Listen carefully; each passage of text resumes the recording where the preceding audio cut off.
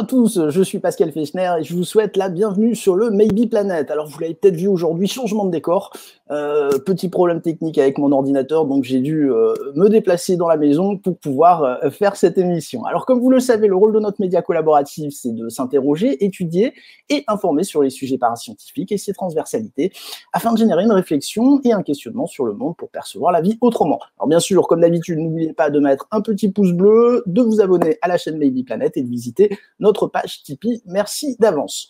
Alors, comme vous le savez peut-être, l'équipe du Maybe procède quotidiennement à une revue de presse internationale pour trouver et partager des informations qui nous semblent intéressantes, pertinentes, voire intrigantes. Et c'est dans le cadre de cette revue de presse que je suis tombé au tout début d'année sur un article de l'essor de la gendarmerie avec un titre assez accrocheur, Les enquêtes paranormales du gendarme Émile Tizanet. Alors, l'article est hélas aujourd'hui réservé aux abonnés, donc il n'est plus accessible dans sa totalité, mais à l'époque, j'ai pu y accéder. Et j'ai découvert non seulement le gendarme Émile Tizanet, mais surtout qu'un ouvrage entier avait été consacré à ce gendarme au centre d'intérêt très étonnant. Cet ouvrage, c'est Les forces de l'ordre invisible, qui est écrit par Philippe Baudouin. Et puis bien sûr, il nous paraissait donc nécessaire d'inviter Philippe pour pouvoir échanger avec lui sur ce personnage du siècle dernier. Philippe, bonjour. Un grand merci d'avoir accepté notre invitation. Merci à vous, à votre équipe du coup de m'accueillir pour parler de cet ouvrage. Ouais, parce que vraiment, j'avoue, hein, moi j'ai découvert le gendarme Tizanet, je ne le connaissais vraiment pas, j'ai fait le tour de l'équipe, je me suis dit bon bah peut-être raté un truc, on ne sait pas tout non plus, et puis je me suis rendu compte que c'était un personnage qui n'était pas vraiment connu, donc je me suis dit mais quelle bonne idée de mettre de la lumière sur ce personnage, parce que un gendarme qui faisait des enquêtes sur le paranormal, je pense que c'est pas si courant que ça, ou en tout cas, s'il y en a, il reste très discret. Alors, Philippe, je vais te présenter en quelques lignes à nos spectateurs. Je vais essayer d'être le plus complet possible. Alors, toi, Philippe, tu es réalisateur radio, maître de conférences associé en histoire des techniques à l'université Paris-Saclay. Alors, tu as produit en octobre 2014 Les langues de l'éther, un atelier de création radiophonique consacré au rapport entre radiophonie et sciences occultes. Ça doit être passionnant, effectivement, aussi.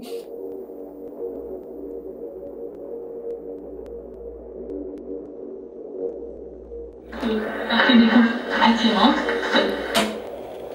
Je vous écoute. Il y a trois syllabes. Parfait des coups attirantes. Mais on est forcément pour un. Forcément pour. Là, il y a toute une phrase. Et puis, tu es aussi diplômé d'un master de philosophie. Tu es l'auteur de l'ouvrage Au microphone, Dr Walter Benjamin. Walter Benjamin et la création radiophonique. Tu as dirigé la publication du recueil Écrit radiophonique, encore une fois, de Walter Benjamin. Tu as préfacé et dirigé la réédition du texte Le Royaume de l'au-delà de Thomas Edison. En 2016, tu as donc écrit Les forces de l'ordre invisible, l'objet de cette émission, aux éditions Le Murmure. Alors, on en profite pour saluer David de Martis, qu'on aurait voulu présent à l'émission, mais hélas, il ne pouvait pas se libérer pour nous accompagner à cette émission.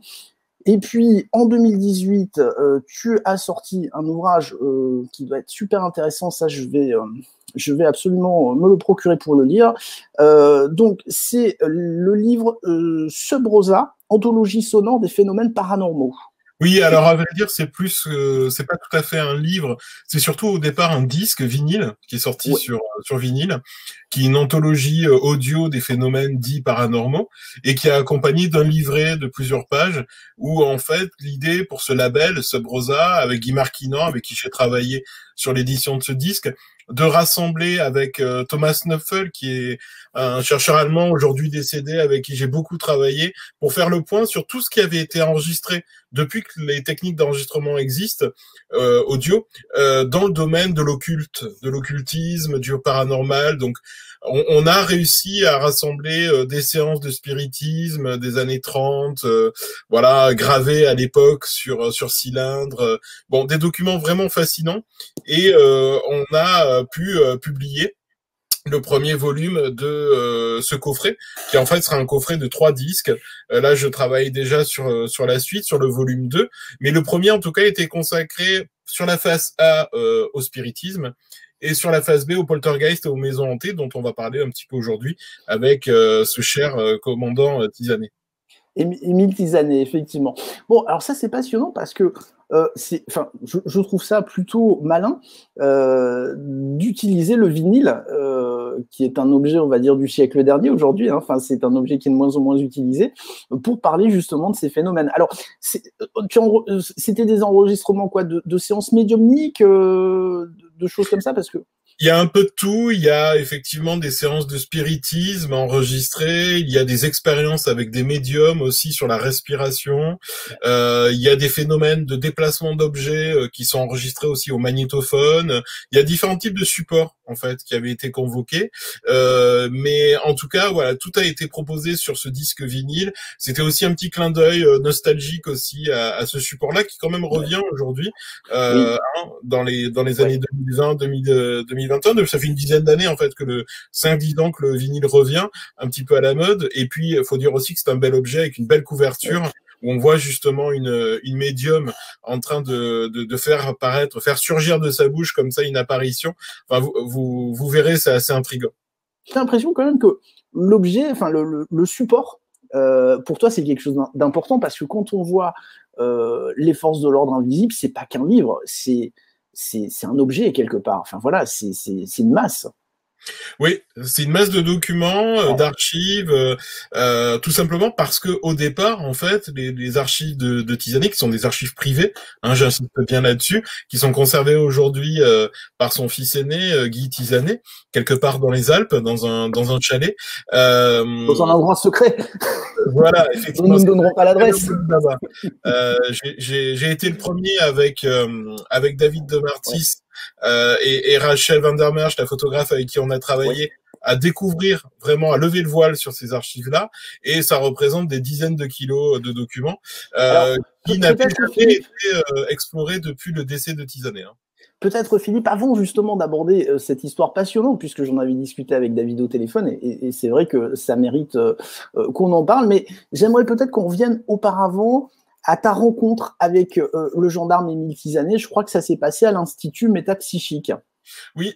En fait, l'Institut Métapsychique de Paris est un centre de parapsychologie, pour le dire vite, qui conserve plusieurs milliers de documents, des archives, des ouvrages, et qui a la particularité d'indexer justement dans sa bibliothèque les différentes parutions. Et il y a parmi les étagères une étagère consacrée au poltergeist, au phénomène de hantise. Et fréquentant le lieu en fait pour différentes recherches, différents travaux que je menais, je tombe un jour sur les livres d'Émile Tisanet, parce qu'Émile Tisanet était un gendarme, mais c'était aussi un auteur qui, à partir des années 50, a fait paraître entre 7 et 8 bouquins jusqu'à sa mort en 1982. Et la majeure partie de ses ouvrages concernent les phénomènes de poltergeist, d'esprit frappeur, sur lesquels lui-même a enquêté directement ou indirectement. On en parlera tout à l'heure. On en parlera. Et des ouvrages très très particuliers, puisque vraiment on a l'approche gendarmique, si je puis dire, qui se confronte à celle de l'enquêteur dans le domaine du paranormal. Et ça donne lieu à des pages et des pages de PV cités, avec des phénomènes très précis, détaillés. Souvent, on trouve des photographies, des croquis à l'appui pour justement venir étayer un peu toute cette documentation-là. Oui, et enfin, donc tu n'avais peut-être pas entendu parler du gendarme Tisanet auparavant dans tes recherches? Non, c'était la première fois. C'était vraiment la première fois que j'en entendais parler, que je découvrais en même temps ses livres. Et j'ai tout de suite compris qu'il s'agissait d'un cas exceptionnel, à la fois dans le domaine de l'enquête, dans cette discipline qu'on appelle la parapsychologie, mais surtout aussi de par son statut de gendarme, de militaire. Et c'est ça qui rend... en France, c'est quand même assez extraordinaire au sens strict du terme. Alors, on peut imaginer peut-être que d'autres gendarmes font des recherches, que ce soit dans le paranormal, dans l'ufologie, parce qu'on va quand même rappeler qu'en France, les gendarmes sont quand même, surtout dans le monde rural, peut-être moins dans les villes où il y a des polices municipales, mais enfin, le gendarme dans la France rurale c'est lui qui est en première ligne en général. C'est lui qu'on va appeler en cas de problème. Oui, exactement, puisque le gendarme, surtout dans le monde rural, est confronté quotidiennement à différentes affaires, des conflits de voisinage, mais aussi des choses un petit peu plus étranges liées à la sorcellerie, aux envoûtements, aux croyances populaires. Et c'est vrai que dans ces années 1930-1950, qui constituent un peu le cœur des enquêtes conduites par Tisanet, bien très souvent on a affaire à des histoires de sorcellerie, de hantises, de maisons hantées, de la campagne hantée en fait. C'est ça qui est intéressant avec Tisanet, c'est qu'on découvre un autre visage de la ruralité. De la campagne française, qui est une campagne dans ses ouvrages qui est profondément hantée en fait par toutes sortes de revenants. Ouais, qui vit encore dans la magie du mystérieux, effectivement.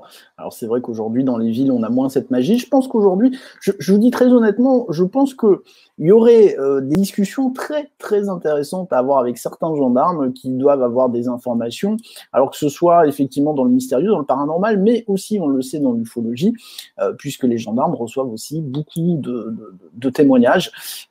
Voilà, je pense que si demain on leur laissait la parole et qu'on leur disait vous pouvez parler librement aux médias de ce que vous avez pu obtenir comme matière première, je pense qu'effectivement il y aurait des beaux ouvrages à écrire, effectivement. Mais on n'en est pas encore là, effectivement. Alors, ce qui est remarquable avec Émile Tisanet, et c'est toute sa force, c'est comme c'est un gendarme, c'est quelqu'un qui est très habitué au compte-rendu, au récépissé. C'est quelqu'un de très, très méticuleux dans sa récupération d'informations parce que c'est sa formation de gendarme, en fait. Et je trouve que dans ce livre, tu consacres le premier article aux archives. Et toi, les archives, c'est ta matière première aujourd'hui. C'est ta façon de faire revivre le passé. Oui, c'est ça. À défaut de pouvoir interviewer en chair et en os Tisanet, qui est mort en 1982, je le rappelle. On était petits, toi et moi, je pense, en 82. Oui, j'avais juste un an, précisément. Voilà, c'est ça. Non, déjà, il fallait absolument pour moi rencontrer la famille. Puisque ce que je n'ai pas précisé tout à l'heure, c'est que sur les étagères de l'Institut Métapsychique, le jour où je découvre les ouvrages, je découvre également un CD-ROM avec les coordonnées du fils aîné, que je contacte immédiatement en lui disant effectivement que il propose avec un petit mot laissé dans le CD-ROM de se mettre en rapport avec les chercheurs qui seraient intéressés justement par ces documents-là. Donc je le contacte immédiatement, je lui explique ma démarche et très très vite en fait on va commencer à échanger dans un premier temps pour une exposition, puisque ce qu'il faut préciser c'est qu'avant que le livre ne voie le jour, j'ai travaillé avec Damien McDonald, Galerie 24B, pour une exposition sur la thématique de l'invisible, dessiner l'invisible. C'était en 2015. C'était une grande exposition avec plusieurs dizaines d'artistes consacrés à cette question-là. Et je m'occupais d'une petite salle où j'ai proposé en fait de montrer tout simplement des documents, des archives, des photos, des croquis aux visiteurs. Pour justement déjà dévoiler en partie le mystère autour des enquêtes de Tisanet. Donc une exposition d'abord en 2015 et puis très rapidement, effectivement, à force de creuser, il a fallu qu'on se rende sur les lieux avec David de Martis, que je remercie encore une fois, qui a fait un travail formidable avec Rachel Van der Merch à la photo, pour commencer, vraiment se lancer dans un projet d'ouvrage. Donc au départ, c'était une exposition, je disais, un article dans le catalogue de l'exposition, et puis ça a donné lieu à ce livre qui fait près de 2 kilos. On est parti sur la route pour... je me montre, hein. Ouais, en hiver 2015. Voilà l'ouvrage, voilà la bête. Ouais. Je crois 1,8 kg si je suis précis. Et avant que ce livre ne sorte, effectivement, il a fallu déjà faire le point sur ces archives. Donc on est parti à la rencontre du fils Tisanet, du fils aîné, qui nous a accueillis dans sa maison dans les Alpes, et c'est dans la cave, effectivement, que on a retrouvé tous ces documents. Donc, je le répète, plus de, 250, environ 300 chemises contenant les procès-verbaux, les rapports, les photographies, les croquis. On avait un petit peu l'impression avec David et Rachel, d'entrer dans le bureau de Fox Mulder. Il y avait un peu... Oui, alors, il y a un côté Fox Mulder chez Tisanet, effectivement. C'est marrant parce que je me suis fait la réflexion en lisant le livre. Alors, David me disait que vous avez été, étonné, le mot n'est peut-être pas assez fort par le nombre d'archives, quoi. Enfin, c'est très rare d'avoir autant de matériel. On a été complètement abasourdis. Il y avait plusieurs dizaines de kilos de documents. Ça allait des rapports, comme je le disais, des dessins, des croquis. Tisanet dessinait lui-même ce qu'il avait observé ou ce qu'il avait entendu dire par rapport à certains phénomènes de hantise, que ce soit des déplacements d'objets, des grêles de pierre aussi.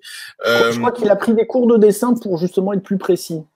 Oui, enfin, c'est quelqu'un qui, dans sa jeunesse, avait déjà quand même un certain goût pour le dessin, pour l'écriture aussi, pour le spiritisme.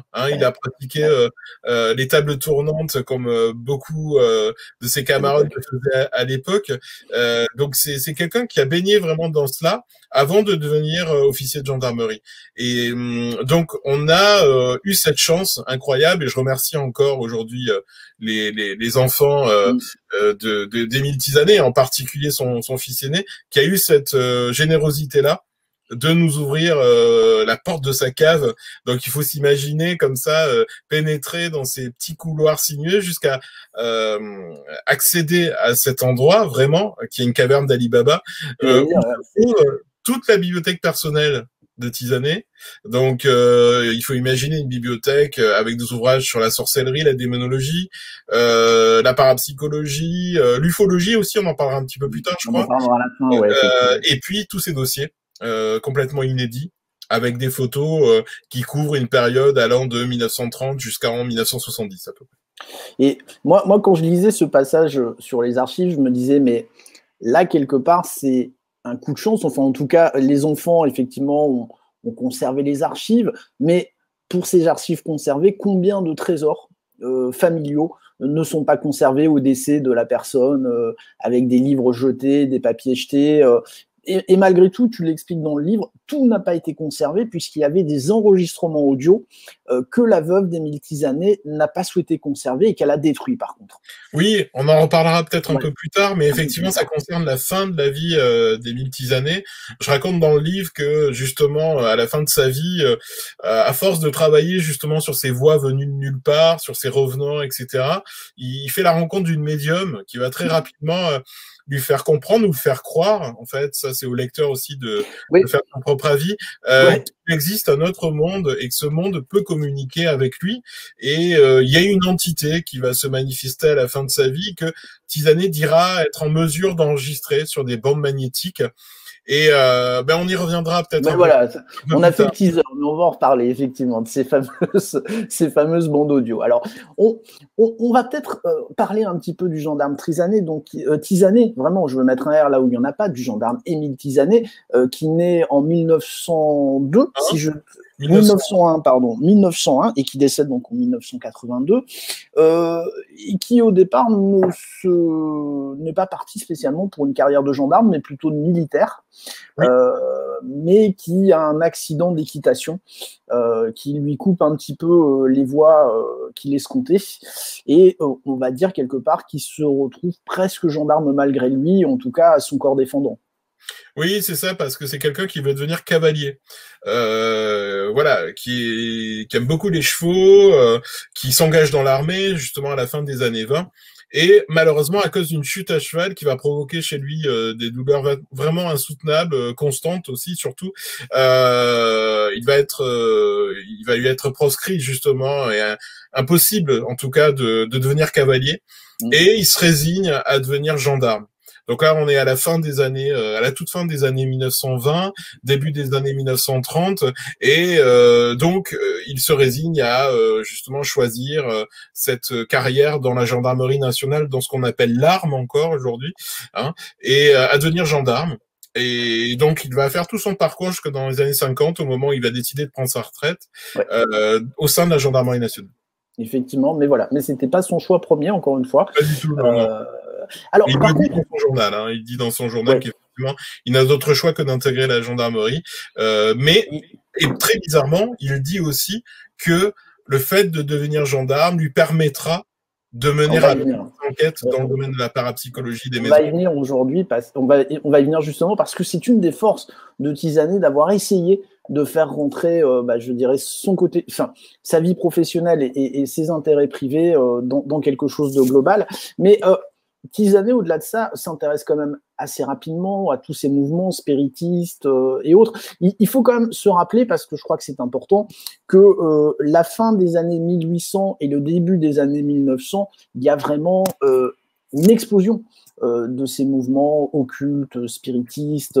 On a Flammarion, Victor Hugo, Kardec.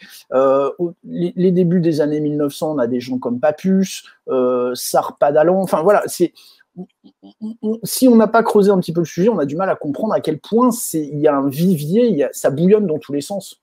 Oui, parce que déjà, il faut se rappeler que le spiritisme est une pratique qui a été découverte ou inventée dans les années 1848, côté américain, par les fameuses Sir Fox. Les Sir Fox, ouais. Voilà. Très connus. Et effectivement, qui vont comme ça raconter être en mesure de communiquer avec l'esprit qui hante leur petit cottage dans l'État de New York. Et à partir de là, très rapidement, il va y avoir un véritable engouement pour ce phénomène de communication avec les morts, rendu de manière très très simple à base de coups frappés. Hein, c'est ce qu'on appelle la typtologie, les coups frappés. Donc très rapidement, ça va s'exporter jusqu'en Europe, et à partir des années 1853, toute l'Europe va être, si je puis dire, contaminée par cette pratique-là, par cette vogue pour de tables tournantes, de tables parlantes aussi, et on va avoir de grandes personnalités comme Camille Flammarion, Victor Hugo, qui vont vraiment s'enticher de tout cela. Et Victor Hugo qui avait perdu sa fille et donc qui était plus que sensibilisé, sa fille qui était tombée d'un bateau, qui s'était noyée, et Victor Hugo n'avait qu'une envie, c'était pouvoir communiquer avec elle. Voilà, c'est ça. Et puis, donc, au-delà, effectivement, de répondre à des familles endeuillées, à des pères endeuillés comme Victor Hugo, il y a aussi une volonté chez les savants de l'époque de comprendre certains phénomènes invisibles. Hein. Donc, au tournant justement du XXe siècle, des gens comme Pierre et Marie Curie également, qui s'intéressent à la radioactivité, vont mener des expériences avec des médiums comme Zappia Palladino, et on voit qu'il y a une véritable porosité entre le monde scientifique et le monde occultiste au tournant du XXe. Donc c'est tout à fait cela, effectivement, même si Tisanet, lui, né au tout début du XXe, il est quand même dans cette génération-là. Il appartient à cette génération-là d'explorateurs, d'expérimentateurs de ces phénomènes. Ouais. Alors, je le dis parce qu'il y a un point qui n'est pas très connu, c'est par exemple, on parle souvent du docteur Allen Hynek, qui est très connu en ufologie, mais sachez qu'Hynek aussi était très intéressé au départ par les mouvements rosicruciens, par les théories de Rudolf Steiner. Souvent, on a fait passer Kardec pour un sceptique qui était passé du côté croyant, mais c'est pas aussi simple que ça. Voilà, il y a toujours ces gens au départ un intérêt quand même à tous ces mouvements, et ça a été le cas de Tisanet quand même. Et puis préciser aussi peut-être que le spiritisme est un mot français. Hein. Ça est, avant 1857, date de publication du livre des esprits par Allan Kardec, celui qui se présente aujourd'hui comme étant le théoricien ou codificateur du spiritisme. Le mot spiritisme n'existait pas. On parlait de modern spiritualism, ou de table tournante, ou de table parlante, mais en aucun cas de spiritisme. Donc vraiment, il y a quelque chose de français, presque de franchouillard dans le spiritisme, et qu'on va retrouver jusque dans les écrits et les expériences de Tisanet. Ouais, effectivement, c'est vrai que aujourd'hui, Allan Kardec, qui est pratiquement inconnu des Français, qui est une superstar au Brésil, par exemple, mais bon, voilà, ça fait partie des choses. Nul n'est prophète en son pays, c'est toujours pareil. Alors, là où ça va devenir intéressant avec Émile Tisanet, c'est qu'en fait, il va utiliser ce qu'il utilise professionnellement, c'est-à-dire les comptes rendus, la rigueur, l'observation, il va l'utiliser au service de ce qu'on appelle la petite hantise. Alors, peut-être tu peux nous dire quelques mots sur ce qu'on appelle la petite hantise. C'est relativement simple, c'est un concept qui a été forgé par Tisanet pour faire la distinction avec la grande hantise. La grande hantise, en fait, pour Tisanet, il le dit très bien, c'est le fantôme drapé de blanc d'un linceul avec à la cheville attaché un boulet. Vraiment, c'est l'image presque d'Épinal, même si le mot n'est pas adapté, du fantôme tel qu'on se le conçoit, tel qu'on se l'imagine traditionnellement, dans un grand château, un manoir. Bon, ça c'est la grande hantise, c'est vraiment un phénomène d'apparition d'un revenant qui vient précisément fréquenter à nouveau, hein, c'est l'étymologie du terme hanter, fréquenter un lieu dans lequel il a vécu dans le passé. Donc ça, c'est la grande hantise. Les petites hantises, c'est un phénomène beaucoup plus courant, tout à fait invisible, qui se concrétise pour Tisanet, par ce qu'on appelle plus communément les esprits frappeurs. Alors, les esprits frappeurs, les poltergeists, hein, on les appelle également de cette manière-là, ce sont des phénomènes de perturbation qui sont constatés au sein d'une maison, d'un appartement, d'une habitation, et qui, la plupart du temps, se manifestent à travers des déplacements inexpliqués d'objets, des grêles de pierre aussi, à l'intérieur ou à l'extérieur de l'habitation, et puis, Tisanet le précise également, des incendies spontanés, inexpliqués. Donc la plupart du temps, il n'y a pas du tout question d'apparition dans les petites hantises. Les petites hantises sont des phénomènes assez sournois, que Tisanet va qualifier également de délinquant. Il dit, cette phrase fabuleuse, il dit « l'esprit frappeur est toujours un délinquant ». Toujours un délinquant. Nuire à l'ordre public, parce qu'effectivement, ça crée énormément de perturbations dans le village, généralement, ou dans la commune, dans la ville où se trouve la maison dite hantée, et puis surtout à l'ordre domestique. Hein. Ça va venir perturber profondément le bon déroulé justement de la vie familiale de tel ou tel foyer. C'est ça qui est fabuleux. En tant que gendarme, il se dit, mais moi, je suis tout à fait légitime, non seulement d'enquêter, mais en plus de résoudre le problème du poltergeist, parce que, eh bien, il crée un trouble dans l'ordre social. Et moi, gendarme, eh ben, mon boulot, c'est justement de régler les troubles dans l'ordre social. Ça, j'ai l'impression qu'il essaie de tordre une certaine réalité. Enfin, c'est admirable quand même quelque part. J'imagine que ça lui a donné une force pour chercher une légitimité dans ses recherches. Bah, déjà, ça lui a permis d'entrer en communication beaucoup plus rapidement, non pas avec les revenants, mais avec les vivants, avec les plaignants, en fait, parce que lorsqu'il intervenait, même s'il était en civil, et puis c'est rare aussi, il faut quand même préciser que sur les 300 cas étudiés, Tisanet a dû se rendre sur le terrain à seulement 3 ou 4 reprises. La plupart du temps, il faisait... il se contentait de faire une collecte de documents par le biais de courriers postaux, d'échanges de documents avec ses camarades aux 4 coins de l'Hexagone. Mais oui, donc la plupart du temps, effectivement, lorsqu'il écrit à des plaignants, à des locataires d'une maison réputée hantée, il fait valoir le fait qu'il est officier. Hein, qu'il est capitaine. Il est capitaine, en plus. Effectivement, il appartient à la gendarmerie et que ses camarades l'ont alerté de tel ou tel phénomène. Donc ça l'aide beaucoup. Ça va le desservir aussi, puisque sa hiérarchie va voir cette activité-là d'un très mauvais œil. C'est une activité qui est officieuse la plupart du temps, qu'il tente en tout cas de mener discrètement, mais avec cette volonté, comme tu le disais effectivement, de pouvoir mettre à profit les outils du gendarme dans ce domaine-là. Donc la prise de notes, la photographie, le procès-verbal, hein, capable de dresser un procès-verbal dans ce domaine. La rigueur et la rigueur. Enfin, tous ces outils qui manquent très honnêtement parfois à certains chercheurs du paranormal, qu'ils soient chasseurs de fantômes, ufologues, où on voit beaucoup de bonne volonté, où on voit vraiment une envie de faire avancer les choses, mais une méthode inexistante, et puis beaucoup de biais de confirmation. Donc, je crois d'ailleurs que la première fois qu'il se déplace, c'est à Sessuel en 1930. Il va se rendre dans une ferme où il y a des problèmes. Oui, c'est ça, on est en mai 1930 et c'est vraiment le premier cas auquel il est confronté, un cas de petite hantise, hein, d'esprit frappeur dans une ferme où il va rencontrer à ce moment-là effectivement un couple qui est complètement désemparé, agité, effectivement très très surpris par ce qu'il a pu observer quelques jours auparavant. Et donc ces époux, les époux Rosier, c'est leur nom, effectivement, vont raconter à Tisanet que justement les nourrissons que l'épouse garde à son domicile ont montré des traces de griffures inexpliquées. Ils ont été retirés justement parce que on a suspecté de justement cette femme de maltraiter les bébés dont elle avait la charge. Et puis ça ne s'arrête pas là.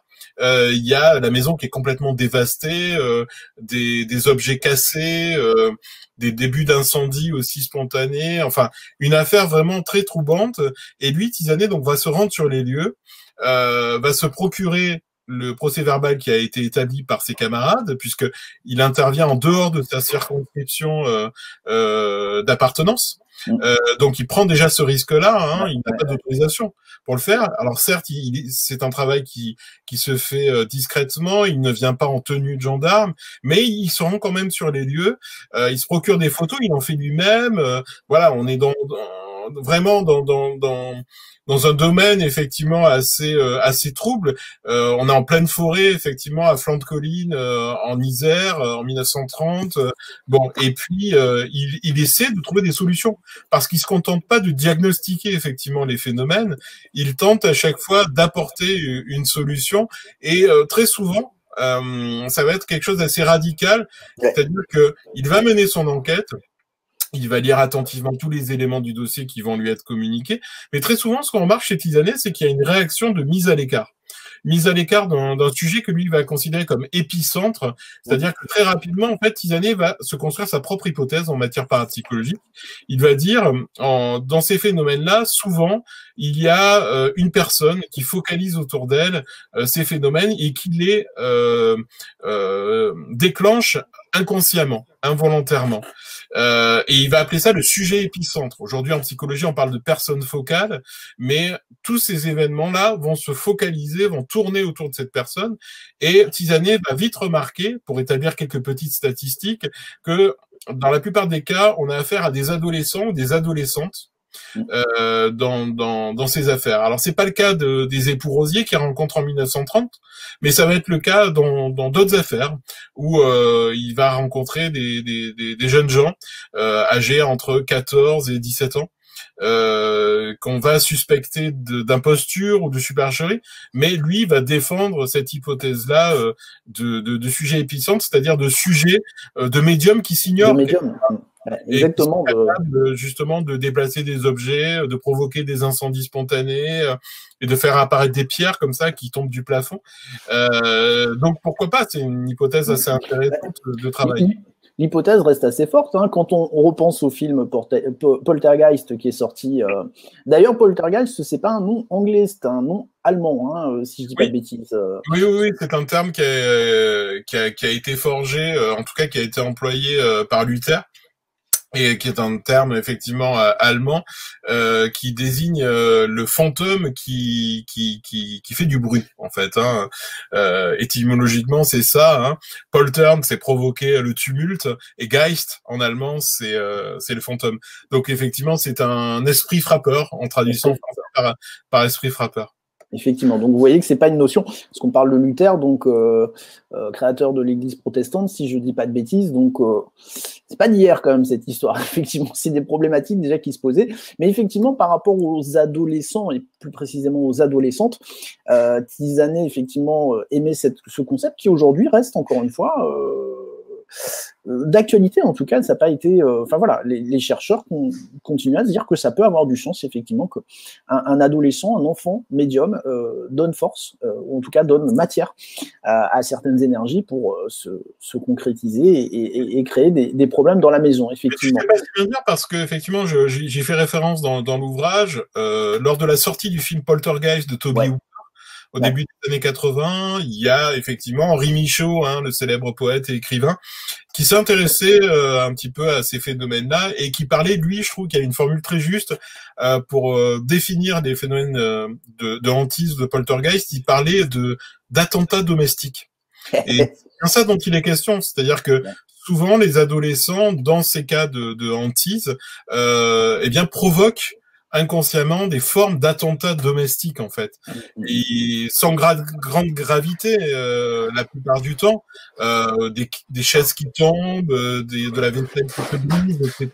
C'est assez limité, mais quand même, ça suffit à effrayer effectivement les parents. Et ce que dit très justement Michaud, c'est que l'adolescente est justement cette figure de la rébellion, de la révolte au sein du foyer, où justement, avec une sorte de domination patriarcale qui s'exercerait sur elle, sur lui, eh bien, il y aurait cette révolte en réponse, une sorte de soif de liberté, voilà. Donc, si vous empêchez votre adolescente de sortir ou d'aller voir son petit copain, bon, bah, si vous avez des vitres pétées ou des chaises cassées, vous savez à quoi vous en tenir. Voilà. Évidemment, à Carrie, au film de Carrie, mais c'est pas le seul. Il y a effectivement à chaque fois comme ça cette violence contenue qui, en même temps, un jour, soudainement, vient s'exprimer de manière très violente. Alors voilà, c'est tout l'imaginaire cinématographique qui s'est emparé de cette dimension, mais on le voit, en tout cas, on peut l'imaginer grâce à ce type de film. Alors en plus, il faut savoir que Tisanet a quand même de fortes valeurs catholiques, voire chrétiennes, et c'est vrai qu'il confronte assez facilement tout ce qui est image mariale à justement tout ce qui est poltergeist, parce qu'il y a une espèce d'énergie positive et d'énergie négative dans l'idéologie qu'il développe. Oui, c'est ça. Il y a un manichéisme, on peut le dire, qui est plus ou moins nuancé chez lui, avec cet arrière-plan chrétien. C'est vrai que culturellement parlant, c'est quelqu'un qui est catholique, pratiquant, croyant, bon, et qui en même temps, d'une certaine manière, pratique le spiritisme. Ouais, donc une forme effectivement hérétique aussi, qu'il assume complètement, hein, et dont on retrouve la trace dans ses archives personnelles. Un manichéisme, donc je le disais, entre des figures bienveillantes, la Vierge qui apparaît. Il a consacré tout un ouvrage d'ailleurs là-dessus, aux éditions Chou, si je me souviens bien, dans les années 70, les apparitions de la Vierge. C'était le titre, je crois, de l'ouvrage. Donc, d'un côté, des figures bienveillantes qui viennent apporter un savoir, une révélation, qui viennent soigner aussi, valeur curative aussi de l'apparition, qui vient s'opposer frontalement aux esprits frappeurs qui sont toujours malfaisants. Pour Tisanet, l'esprit frappeur, ce n'est pas juste un petit malin, ce n'est pas juste la malice à l'œuvre, c'est aussi le diable, hein, véritablement. Et ça, il le dit à demi-mot dans ses ouvrages. C'est jamais quelque chose de véritablement acté, mais c'est maléfique. Hein, l'esprit frappeur est toujours maléfique.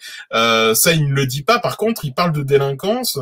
Il dit qu'effectivement, il y a une infraction que le code pénal pourrait tout à fait mettre en avant, et il n'hésite pas justement à agiter comme ça son petit code pénal pour dire attention, effectivement, enquêteur, attention, l'esprit frappeur est un délinquant.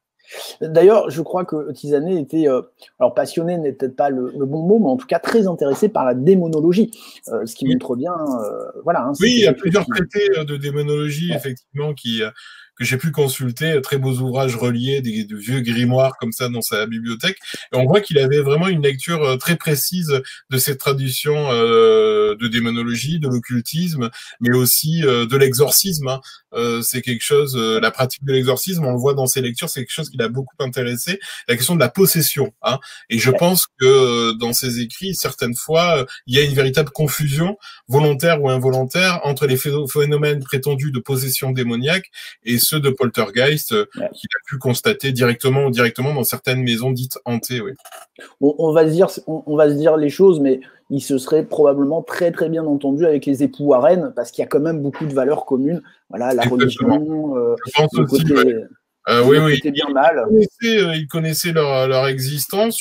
Il n'y a pas de correspondance qui existe entre les deux. Ça aurait pu avoir lieu, hein, d'ailleurs, pourquoi pas, puisque Tisanet n'hésitait jamais à prendre la plume pour s'adresser à des chercheurs, à des écrivains, à des psychologues, à des savants dans le monde entier. Mais non, il n'y a pas eu malheureusement de correspondance avec les Warren, mais on pense tout de suite à eux. On pense à Mulder dans le domaine de l'imaginaire, des séries, mais dans le domaine du réel, aux époux Warren, effectivement. Bon. Un petit peu comme ça, mis à contribution leurs pratiques, leurs croyances aussi dans ce domaine. À la différence des époux Warren, et justement, tu le disais tout à l'heure, lui, au final, parce que les époux Warren, on le sait, ils étaient souvent à aller faire des centaines de kilomètres pour prendre la photo et pour repartir. Ils n'enquêtaient pas sur tout non plus, mais enfin, c'était quand même les rois du buzz. Ça, là-dessus, on peut le reconnaître. Hein, ils étaient pas mal là-dessus. C'est pas le cas de Tisanet. Pardon? C'était pas le cas de Tisanet. Voilà, à la différence. Voilà, c'est une grande différence. Effectivement, les Warren, par exemple, on a critiqué leur action du côté de Enfield, hein, le poltergeist qui s'est déroulé à Enfield en Angleterre, dans la banlieue de Londres. Bon, les Warren sont vantés à l'époque d'avoir enquêté, investigué. Bon, en fait, je crois qu'ils ont passé même pas une petite journée, quelques heures sur place, et ils sont souvent. Voilà. 8 années, il travaille dans l'ombre, tant et si bien qu'aujourd'hui son nom, à part l'ouvrage et le travail que j'ai mené, son nom était tombé dans l'anonymat le plus absolu. En même temps, il a eu une petite période de gloire médiatique. Il faut se rappeler que dans les années 76-77, Tisanet était invité sur tous les plateaux télé. Les plateaux radio, il a eu une dizaine de pages dans Paris Match, quand même. Quand même, c'est pas rien. Et je salue Marie-Thérèse Lebreuse qui était reporter à l'époque et qui avait fait son portrait, voilà, qui est spécialiste d'ufologie comme on sait, et notamment des abductions. Donc tout ce petit monde se fréquentait effectivement, et Tisanet avait la possibilité de s'exprimer dans les médias assez librement. Pourquoi? Parce qu'il avait pris sa retraite dans les années 50. C'est-à-dire que jusque dans les années 50, ça a été très compliqué pour lui. Il y a eu la guerre aussi, la Seconde Guerre mondiale. Justement, on va peut-être revenir justement un petit peu en arrière, parce que, bon alors, comme on l'a dit, il va à Sessuel, donc là, il enquête, mais enfin, il va surtout se contenter de récupérer ou d'essayer de récupérer des archives, des procès-verbaux, des choses comme ça. Mais sa vision des choses, son optique, c'est quand même de légiférer quelque part sa recherche. Et en 1937, il va tenter, à travers un rapport qu'il va faire, un rapport qui s'appelle la nécessité qui paraît s'imposer de soumettre aux officiers de l'armée. Donc, il va fournir un rapport pour poser les bases de ce qui pourrait être presque une agence du paranormal, quelque part, au sein de la gendarmerie. En fait, Tisanet avait un rêve qu'il a formulé très rapidement, puisqu'il n'était capitaine que depuis quelques années. Il n'avait intégré la gendarmerie que depuis 5-6 ans, et déjà, il soumettait un rapport à sa hiérarchie pour l'inciter à créer un institut de formation sur les phénomènes paranormaux pour les gendarmes. Donc il y a ce rapport qui est incroyable, dont j'ai retrouvé l'original, justement, dans les archives personnelles de Tisanet, que conserve. C'est un sacré document, ça, quand même. C'est un sacré document manuscrit, très beau, vraiment. Rapport de 1937, qui va rester lettre morte, malheureusement, mais on peut imaginer un petit peu ce qu'aurait pu être l'équivalent du GEPAN dans le domaine des phénomènes de hantise. C'était ça, ce dont il rêvait. Et lorsqu'il va se passionner à la fin des années 60, début des années 70 pour l'ufologie, c'est la même chose. Je pense qu'il était ravi, effectivement, de voir le GEPAN surgir comme ça dans les années 70. Bon, bah, lui aurait rêvé d'un institut similaire pour les phénomènes de maisons hantées, avec des gendarmes experts, diligentés ici et là en France pour mener des enquêtes, et surtout armés d'un savoir-faire, de compétences, d'une méthodologie, etc. Je dois admettre que ça aurait eu de la gueule. Hein. Pourquoi pas? Ça aurait eu de la gueule quand même, hein, je pense. Il faut s'imaginer effectivement une brigade ou des brigades de gendarmes formés au phénomène de médiumnité, de poltergeist, capables justement de dessiner, de faire des croquis, de prendre des photos, de recueillir les témoignages, et puis de constituer des dossiers un peu comme l'a fait Tisanet pendant plusieurs dizaines d'années. Avec la mallette spéciale en peau de crocodile, avec des pieux, de l'eau bénite... des balles en argent. Je vais aller jusque-là, parce que rappelons qu'on vit dans un monde laïque, mais en tout cas avec tout un appareillage dédié, oui. Ouais, c'est vrai que ça aurait pu être amusant, effectivement. Alors, hélas, comme tu le disais, bon, ce rapport, non seulement va pas avoir de suite, mais en plus va quand même mal le faire voir quand même vis-à-vis de sa hiérarchie. Ça va être pris un petit peu. Oui, c'est vrai que ses supérieurs rapidement vont être un peu irrités, parce que Tisanet va insister auprès d'eux. Hein, ils souhaitent pas forcément rester dans l'ombre. Hein. D'ailleurs, il déplore dans son journal, il raconte que malheureusement, il est condamné à rester dans l'ombre. Mais lui, il aimerait bien que l'institution reconnaisse sa démarche et permette à ses camarades d'être pas réfractaires comme ça, de ne pas rester dans une forme de frilosité. Et ça va lui valoir effectivement pas mal de remontrances, quelques sanctions aussi, parce que il va consacrer beaucoup trop de temps à ces phénomènes-là, même s'il le fait en dehors de ses heures de service. Et puis des colibés vis-à-vis de ses collègues aussi, hein, j'imagine. Oui, parce qu'effectivement, très rapidement, on se moque de lui. Effectivement, sans parler de sa hiérarchie, je le disais, qui effectivement grince des dents lorsqu'on entend le nom de Tisanet. Mais tant bien que mal, au début des années 50, il va mener son travail de gendarme en essayant de concilier justement ses tâches quotidiennes avec sa passion pour le paranormal. Alors, dans ton livre, tu consacres aussi un chapitre à la chasse au poltergeist, où on voit que Tisanet va essayer de développer une psychologie, mais un peu comme pourraient faire des profilers, en fait, puisqu'il parle de la foresta et de la fiesta, de la Silva, de la foresta et de la Silva, du royaume inquiétant de la Silva, et il va même presque à dire qu'il faudrait qu'il rentre dans la peau d'un esprit vapeur pour le comprendre et pour mieux le chasser quelque part. Ouais, c'est ça. En fait, il y a cette opposition entre la forêt sauvage et la forêt civilisée, ou la forêt qu'on doit civiliser. Là, je fais référence au travail d'un grand anthropologue, Philippe Descola, effectivement, qui fait cette distinction entre l'aspect sauvage et l'aspect civilisé d'une forêt. Ce qui m'a intéressé directement dans le travail de Tisanet, c'est que lui veut absolument administrer tout ce qui relève du sauvage. Tout ce qui relève du sauvage et le poltergeist, pour lui, en fait partie, même si on peut le considérer comme une croyance populaire, l'esprit frappeur, la sorcellerie, l'envoûtement. Lui, il dit que tout ça, effectivement, se manifeste à travers ces phénomènes, mais c'est une forme de sauvagerie qu'il faut éradiquer. Et la maison hantée, justement, c'est peut-être la dernière extension de cette forêt sauvage qu'il faut parvenir à domestiquer, à dresser quelque part, à rééduquer. Donc il y a quelque chose d'assez frontal chez lui et qu'on peut apparenter au chasseur. Hein. C'était un chasseur, tout simplement. Il chassait la gazelle, il chassait. Il y a dans l'ouvrage, on reproduit effectivement une photographie de sa chambre qui lui servait également de bureau. Où on voit énormément de peaux de gazelle, de taxidermie qui décorent les murs de sa chambre. Et c'est quelque chose d'assez troublant parce que chez lui, effectivement, il y a un travail de chasse. Vraiment, alors pas de chasse à l'homme, mais de chasse à l'homme invisible, quelque part, qu'il essaie de mener. Et puis, il dit que lorsqu'il fait un travail de recherche dans les archives, il se sent comme un braconnier. Vraiment. Donc, il y a quelque chose aussi d'un peu sulfureux à mi-chemin entre, justement, le vol, quelque part, ou l'appropriation un peu forcée de documents. Voilà, il y a quelque chose un peu hors la loi chez lui, qui cultive aussi. C'est un personnage, hein, il faut pas l'oublier. Lorsque vous le voyez dans les archives vidéo, les archives télé, vous l'entendez à la radio, c'est quelqu'un qui est quand même assez, qui a un sacré caractère, quoi, qui se laisse pas faire.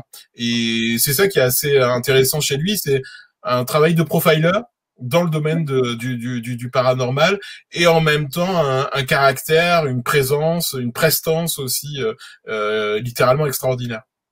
Alors c'est vrai que justement pour faire le parallèle, je regardais ce week-end un reportage qui est passé sur Netflix sur la traque du Night Stalker dans les années 80 en Californie, enfin un fou furieux, et on voit bien les deux enquêteurs qui le traquent ont vraiment une démarche de chasse, et c'est ça en fait, ce sont des chasseurs de profil et des chasseurs d'hommes, et encore une fois c'est vrai que Tisanet vraiment voulait faire rentrer le poltergeist dans le code pénal, quoi. Enfin c'était quand même une de ses obsessions.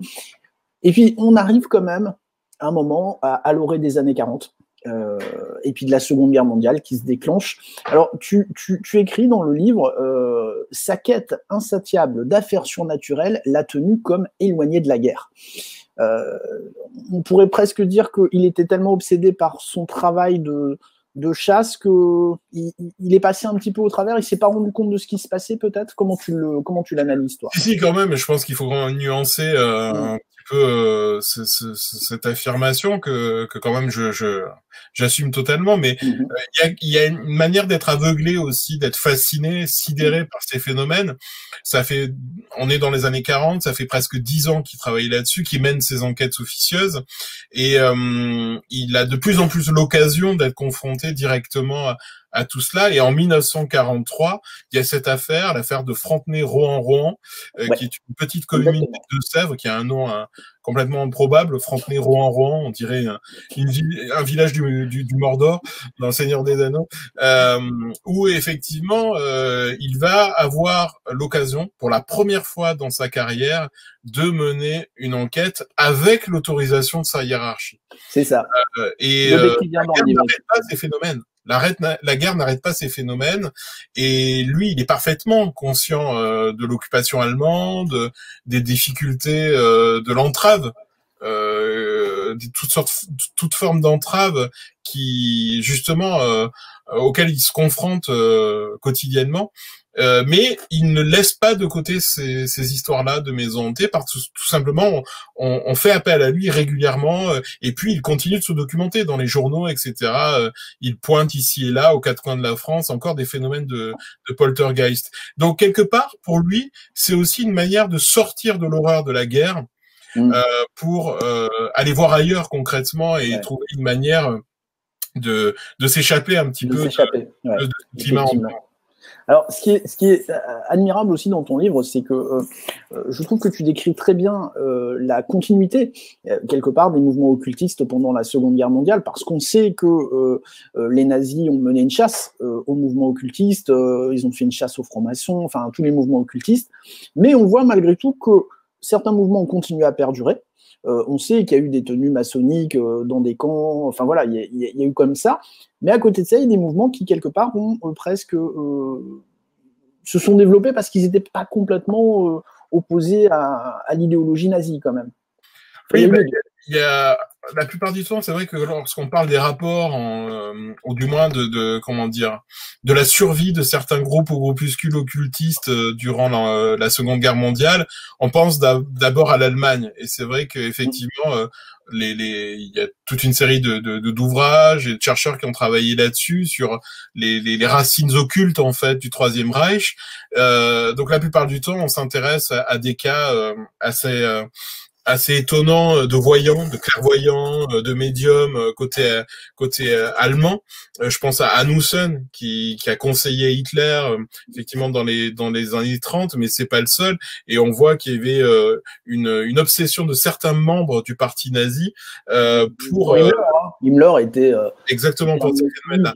Et tout ça finalement a provoqué une sorte d'ombre à occulter, sans faire de jeu de mots, toute une part effectivement française, véritablement franco-française, de groupes occultistes dans ces années, qui la plupart du temps empêchaient, je trouve, un petit peu de se rendre compte de la présence et de la continuité de ces groupes, de ces cercles-là en France. Et on s'aperçoit, lorsqu'on lit attentivement les témoignages de l'époque, les journaux de certaines personnalités, les comptes rendus que j'ai pu lire aux archives de la préfecture de police de Paris, par exemple, qu'il y a toujours certains groupes qui persistent. Alors effectivement, les spirites sont délogés de leurs bâtiments à Paris, les francs-maçons qu'on est aussi, qui sont chassés, etc., poursuivis par les nazis. Mais on s'aperçoit de l'autre côté qu'il y a effectivement des voyants, des médiums qui font le choix du collaborationnisme, de la collaboration et du rapprochement souhaité avec l'occupant. Il y a notamment cette femme qui s'appelle Geneviève Zepfel, proche de Plantard, donc liée à l'histoire de Rennes-le-Château, dont je suis beaucoup moins spécialiste, qui, elle, va réunir des milliers de personnes à la salle Pleyel, de manière hebdomadaire, et qui va, de manière très claire, prôner la collaboration avec les médias. Bon, il y a des personnages assez sulfureux comme ça, extrêmement sombres, vraiment, qui vont continuer d'avoir la parole voilà, à cette occasion. Tisane ne va pas les croiser, hein. Zepfel ne connaît pas Zepfel. Par contre, il va croiser la route, effectivement, de l'école de psychologie, alors qu'il y a un nom anodin à l'époque, mais qui est un institut privé qui va prodiguer des cours en radiesthésie, quelque chose qui l'intéresse beaucoup, hein, les sourciers, le pendule, etc., la détection de vibrations invisibles. C'est quelque chose qui fascine Tisane. Il va croiser la route de Bérillon, en fait. Bérillon qui est un savant, ce qu'on appelle un hygiéniste à l'époque, psychologue, qui va diriger cette école et qui va réunir aussi bien des médiums, des sociologues, des psychologues, toutes sortes de gens très très différents, où l'occultisme, ou en tout cas un certain regard porté sur les sciences occultes, va être prodigué aux élèves par correspondance ou vraiment à l'occasion de conférences données dans ce lieu. Donc Tisane va effectivement se frayer un chemin comme ça, et puis aussi il faut quand même insister là-dessus, il va correspondre avec Alexis Carrel. Alexis Carrel qui est un petit peu le génie noir de la médecine, qui va être le bras droit de Pétain dans le domaine scientifique, puisque le maréchal Pétain va lui confier la tâche de diriger effectivement un groupe de recherche sous l'occupation. Et Tisane, qui a lu les ouvrages de Carrel, hein, qui est vraiment quelqu'un de fasciné par les travaux de Carrel, qui sait pertinemment que Carrel s'intéresse aux phénomènes paranormaux, hein, pour aller très très vite, s'intéresse à l'astrologie, à la radiesthésie également. Bref, à tout ce domaine-là que la science réprouve, il est persuadé, Tisane, à cette époque-là, de trouver peut-être un compagnon de route. Et très rapidement, dans les années 40, 1942, il va lui écrire, et Carrel va lui répondre. Carrel va encourager Tisane, effectivement, dans son domaine, en lui disant d'aller plus loin, de réunir plus de documents, et à l'inciter à publier. Voilà. Ouais. Bon, Carrel, effectivement, personnage un petit peu trouble. La guerre se finit, on en arrive aux heures des constats, des règlements de compte. Tisane va à peu près s'en sortir, il va pas trop perdre de plumes, mais bon, c'est un moment compliqué pour lui, je pense. Oui, c'est un moment très compliqué même à gérer, puisque Tisane, comme beaucoup d'autres gendarmes de l'époque, a joué sur les deux tableaux. Alors, il y a les gendarmes qui ont collaboré, tout simplement, qui n'ont fait que ça. Il y a les gendarmes qui ont résisté. Et puis, il y a d'autres catégories de gendarmes qui ont à la fois aidé les résistants, donné des informations au maquis, et en même temps participer à des exactions, quoi. Poursuivre des réfractaires au service du travail obligatoire. Et Tisane, lui, justement, au début de l'année 1944, il va recevoir l'ordre de ses supérieurs de faire procéder à l'arrestation d'une jeune fille juive, et c'est ce qu'il va faire. Il va envoyer 3 brigadiers justement aller chercher Ida Grinspan à minuit, qui est âgée de 13 ans à l'époque, pour venir l'interroger, pour avoir des informations sur ses parents, savoir où ses parents se trouvent. Elle est hébergée par une famille à l'époque, et Amel, c'est le nom de la petite ville, et donc elle va se retrouver effectivement dans son bureau, interrogée de manière assez ferme par Tisane, qui par la suite va l'envoyer au camp de Drancy, et va se retrouver à Auschwitz, et va fort heureusement survivre. Ouais. Et Ida Grinspan, effectivement, j'avais retrouvé sa trace, et c'était important pour moi de comprendre ce qui s'était passé, et surtout d'avoir son accord pour publier l'ouvrage, puisque moi j'ai fait cette découverte au milieu de mes recherches, et c'était capital pour moi, voilà, de lui faire comprendre aussi à elle que je menais un travail d'historien sur cet homme-là, et voilà. Donc c'est effectivement Tisane va faire valoir à l'époque, lorsqu'il va être inquiété par sa hiérarchie, il va faire valoir qu'il n'a fait qu'exécuter les ordres qui lui avaient été donnés. Et donc ça va payer, puisque effectivement il va être blanchi de tout cela. Et ayant fait arrêter 5 soldats allemands au moment de la libération, il va même recevoir une médaille de la résistance. Et en 1948, il va être fait chevalier de la Légion d'honneur par rapport à son attitude durant la guerre. Donc on voit effectivement qu'il arrive à se sortir de là, malgré l'horreur de la guerre, malgré cette arrestation-là. Et c'est vrai que je garde un souvenir extrêmement sensible du témoignage d'Ida Grinspan que j'avais rencontré lorsque je rédigeais l'ouvrage, lorsque je préparais déjà l'exposition sur Tisanet. Donc, généralement, quand on me pose la question, je décris Tisanet comme un anti-héros de la parapsychologie française. C'est pas du tout un chevalier blanc, c'est pas non plus un chevalier noir, effectivement, de la parapsychologie. C'est un anti-héros avec des facettes complètement contradictoires que je suis totalement incapable d'expliquer précisément pour chacune d'entre elles. Bon, après, c'est toujours pareil, c'est une période de l'histoire très particulière, et je vous admets que personnellement, je me pose souvent la question, mais qu'est-ce que... Parce que tous, hein, j'entends souvent des gens, moi j'aurais été résistant, j'aurais été ceci, j'aurais été cela. On l'a pas vécu, donc on est bien sûr dans l'incapacité de dire quel comportement on aurait eu.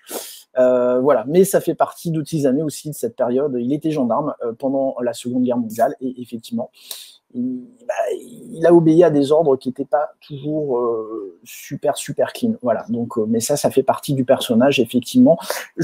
Il ressort avec un certificat de blanchiment, je crois que c'est comme ça que ça s'appelle. Enfin, alors non, c'est un peu plus compliqué que ça, c'est-à-dire qu'il va être écarté temporairement de la gendarmerie nationale au sortir de la guerre, hein, par prévention, et finalement, tout cela va être barré dans son dossier comme si ça n'avait pas existé, puisqu'il va faire appel de son premier jugement et obtenir réparation, entre guillemets. Oui, voilà, exactement. Il va prendre sa retraite dans les années 50, c'est ça ou Oui, c'est ça, au début des années 50, il prend sa retraite, il prend cette décision-là, parce qu'il veut se sentir libre aussi de pouvoir publier sur ces questions, et c'est quelque chose qui lui est interdit jusqu'à présent.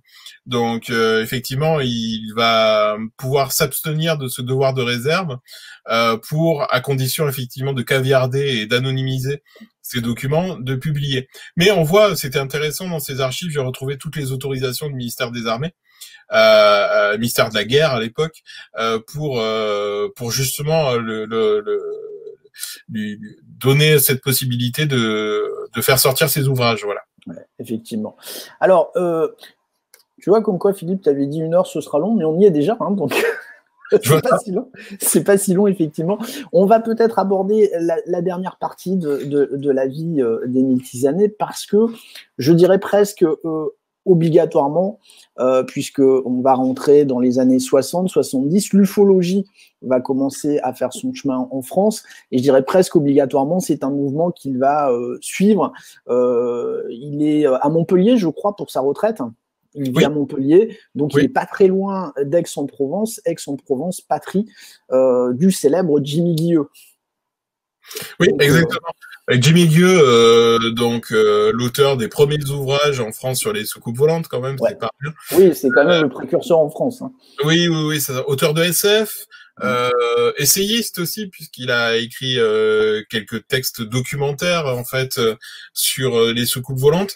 Bon, il va se lier d'amitié avec Jimmy Guilleux, qui va devenir un éditeur. C'est 2 forts caractères, quand même. Hein. Enfin, oui, c'est moins qu'on puisse dire, oui. C'est des grandes gueules, les gars, quoi. Exactement. Et donc, il va se rapprocher de Jimmy Guilleux. Il y a toute une correspondance qui existe dans les archives de Tisanet. Et aussi du côté de Guilleux, hein, j'ai pu avoir accès à une toute petite partie de ces archives-là. Et donc, les deux hommes, vraiment, s'entendent plutôt bien. Ils font des conférences ensemble. Et puis, à la fin de sa vie, on est dans les années 70, Tisanet s'intéresse de plus en plus à l'ufologie. Hein. D'ailleurs, sa vie personnelle parle pour lui. Il y a beaucoup d'ouvrages sur les ovnis, les extraterrestres, les martiens, etc., qui sont une autre forme d'apparition, quelque part. Ça l'intéresse beaucoup. Et ces phénomènes-là, effectivement, il commence à écrire dessus. J'ai retrouvé beaucoup de manuscrits qui souhaitaient publier sur les extraterrestres, les ovnis. Il y a toute une partie de ses archives personnelles qui concernent ce domaine. Et il va faire une rencontre qui va être vraiment déterminante à la fin de sa vie. Il va rencontrer une femme, une certaine Rolande, qui se présente à lui comme étant médium. Alors lui, ayant été toujours fasciné par les médiums, les trans, le spiritisme, etc., il est tout de suite très sensible à cette rencontre-là. Et elle va lui expliquer, elle va lui donner à voir justement des phénomènes de transe. Donc elle est plongée par le biais d'une sorte d'hypnose par son mari dans ces transes-là. Et comme beaucoup d'autres médiums, elle prend d'autres voix. Elle incarne ce qu'elle prétend être des entités. Et il y a une entité qui va revenir qui s'appelle Simonus, qui se présente à la fois comme une entité invisible et en même temps venant d'une autre planète. Bon, et là, avec Tisanet, ça croise des domaines qui le passionnent. Le spiritisme, les fantômes, les revenants, et puis d'un autre côté, les extraterrestres, les autres planètes. Bon, c'est fabuleux pour lui. On a vraiment le melting pot idéal pour lui, quoi. Voilà, il est complètement fasciné. Et très rapidement aussi, eh bien, il va recevoir des coups de fil de cette même entité. Et en bon gendarme, forcément, il va fabriquer un système d'écoute et d'enregistrement. Donc, il va enregistrer plusieurs cassettes. Et très vite, sa femme va s'apercevoir de ça, elle va écouter, elle va assister aussi à certains enregistrements. Ses enfants aussi qui commencent à voir un petit peu d'un mauvais œil tout cela, être un peu... Justement, parce que ça, tu ne l'abordes pas dans ton livre, mais comment le vit la famille, en fait? Parce qu'il a des enfants, il y a sa femme l'accompagne ou comment ça se passe? En tout cas, dans un premier temps, ses enfants et sa femme, d'après les discussions que j'ai pu avoir avec le fils aîné, sont assez surpris par tout ça, mais tant bien que mal l'accompagnent. Et puis, très rapidement, j'ai cru comprendre aussi que effectivement, il restait dans une forme d'incompréhension par rapport à ces phénomènes et cette tentative-là. Et Tisanet, c'est quelque chose qui va vraiment venir grignoter très rapidement son emploi du temps. Oui. On reproduit une double page là de son carnet, de son journal personnel de l'époque, et on voit noté en rouge les coups de fil qu'il reçoit de ce prétendu Simonus. Bon, et donc il va enregistrer tout cela. Et bizarrement, le jour où Roland, qui était atteinte d'une maladie, meurt, les appels cessent. Alors effectivement, c'est un petit peu l'interprétation que je propose dans l'ouvrage. Je pense que c'était tout simplement Roland qui, avec une voix modifiée, appelait Tisanet. Bon, et surtout quand j'ai publié l'ouvrage, effectivement, à cette époque-là, je n'avais pas réussi à me procurer un des enregistrements. Pourquoi? Parce que comme tu le sous-entendais, effectivement, les enregistrements audio sur bande magnétique vont être systématiquement détruits par la veuve. Tisanet meurt en 1982, quelques mois après le décès de Roland, de la médium. Il meurt assez soudainement d'ailleurs, hein, puisqu'en fait, oui, on trouve un cancer. Exactement. Et ça va l'emporter. Et effectivement, la veuve va s'empresser à l'époque de réunir un peu tous ces documents et surtout de se débarrasser de ces cassettes, ces bandes magnétiques qu'elle considérait vraiment comme maléfiques. Hein. Je rappelle que la famille Tisanet c'est une famille très croyante, et donc la veuve justement avait vraiment en horreur ces documents-là. Mais ce que j'ai retrouvé aussi, c'est que par chance, il y a toute une liste de destinataires, de correspondants auxquels Tisanet va envoyer des copies. Ah, tout n'est pas détruit alors. L'ouvrage était, mon bouquin était déjà sorti, mais j'ai commencé à mener à mon tour ma petite enquête. Et j'ai finalement réussi à retrouver la trace de ces enregistrements grâce à Philippe Marlin, qui détient aujourd'hui les archives de Guy Migueux, et qui m'a envoyé une liste des quelques cassettes que possédait Guy Migueux, parce que voilà, je savais pertinemment, c'était écrit dans son journal, que Tisanet avait envoyé une, voire plusieurs cassettes de ses prétendus enregistrements à Guy Migueux, et Gueux, fort heureusement, l'avait conservé. Donc, je me suis empressé de demander à Philippe Marlin de bien vouloir me faire écouter la cassette, et j'ai enfin entendu la voix de Simonus. D'accord, donc tu as pu quand même entendre la voix de Simonus. Et la voix de Tisanet, puisque c'était enregistré, effectivement. Et ce qui est très intriguant, c'est que ce n'est pas une voix humaine. Alors, pour moi, c'est une voix qui ressemble à une voix de vocodeur, on dirait aujourd'hui. Une voix de robot, hein, tout simplement. Donc, à cette époque-là, les vocodeurs existaient déjà, donc c'est probable qu'effectivement que Roland ait eu recours à ce type d'appareil. Mais ce qui est assez fascinant et presque poétique, je trouve, dans ces communications, c'est que l'entité ou la prétendue entité qui répond aux questions de Tisanet, hein, qui sont des questions assez troublantes d'ailleurs, le triangle des Bermudes existe-t-il? Est-ce que Raël, Claude Vaurillon, a dit la vérité? Voilà, il y a des questions comme ça qu'enchaîne Tisanet, et à chaque fois l'entité répond presque sous la forme de vers, de petits poèmes. C'est très très déstabilisant, très fascinant en même temps. Voilà pour la petite histoire de cette enquête autour des bandes magnétiques de Tisanet. Ah, ça, c'est intéressant. Ça, c'est quand même intriguant de se demander à l'époque si Raël n'était pas un imposteur. Effectivement. Mais voilà, en tout cas, Raël avait suscité l'attention de Tisanet, clairement. T'imagines, et puis, ses écrits, hein, effectivement, avec l'idée d'accueillir un jour les extraterrestres, etc., etc. Donc, on voit aussi que Tisanet lisait la presse, lisait les romans de l'époque, lisait aussi et laissait pas de côté le moindre indice possible. Ouais, c'est clair que. Mais de ce que tu me dis, quelque part, on a eu quand même beaucoup de chance que ces archives n'aient pas été détruites avec les enregistrements, parce que Tisanet se posait la question lui-même, est-ce que ces archives devraient être conservées quand même? Oui, dès les années 30, des années 40, au début de ses enquêtes, il se posait la question de la pertinence de garder cela, en fait, et s'il fallait pas un jour mettre au feu toutes ces archives qu'il considérait, lui, comme maudites. Hein. En fait, très rapidement, dans les premiers temps, où il commence à collecter, à archiver ces documents-là, il s'aperçoit dans sa maison de phénomènes un peu étranges. Il y a le berceau de son fils qui se déplace tout seul, il y a des bruits un peu étranges qui se manifestent. Donc il se dit, oula, peut-être que c'est pas forcément une bonne idée d'écrire là-dessus, de réunir des documents là-dessus. Il y a quelque chose de... Peut-être que je fais moi quelque chose d'assez malsain, en fait. Il y a un côté schizophrénique, alors, c'est-à-dire vraiment cette volonté d'archiver. Mais en tout cas, du moins, une forme d'inquiétude, de crainte, en tout cas, puisqu'il l'écrit hein, à l'un de ses correspondants, il dit, est-ce que je fais bien, finalement, de garder cela, de conserver cela? Est-ce que ça ne vaudrait pas la peine d'être tout simplement détruit et d'empêcher, dans le futur, que des gens s'intéressent à mes travaux? Donc, il a déjà l'idée de la postérité, en fait. L'idée d'une lecture possible dans le futur de ses propres travaux, et fort heureusement tout cela a été conservé. Encore une fois, comme tu l'as dit, c'est pas quelqu'un qui cherchait, alors j'imagine qu'il répondait aux demandes d'interview quand on lui en faisait, mais il n'était pas spécialement à la recherche d'une médiatisation à tout prix. Non, pas du tout, non. Non. Son travail, c'est un travail avant tout de chercheur. Il se considérait lui-même comme un enquêteur et un chercheur, et ce qui primait, c'était vraiment l'accumulation de ce que lui considérait comme étant des preuves. Voilà. Donc, toute sa vie, ça a été cela. Accumuler. Alors, dernière question, justement, parce que tu as eu l'occasion, effectivement, d'être avec le fils, de discuter avec lui, j'imagine, pendant la récupération de ses archives.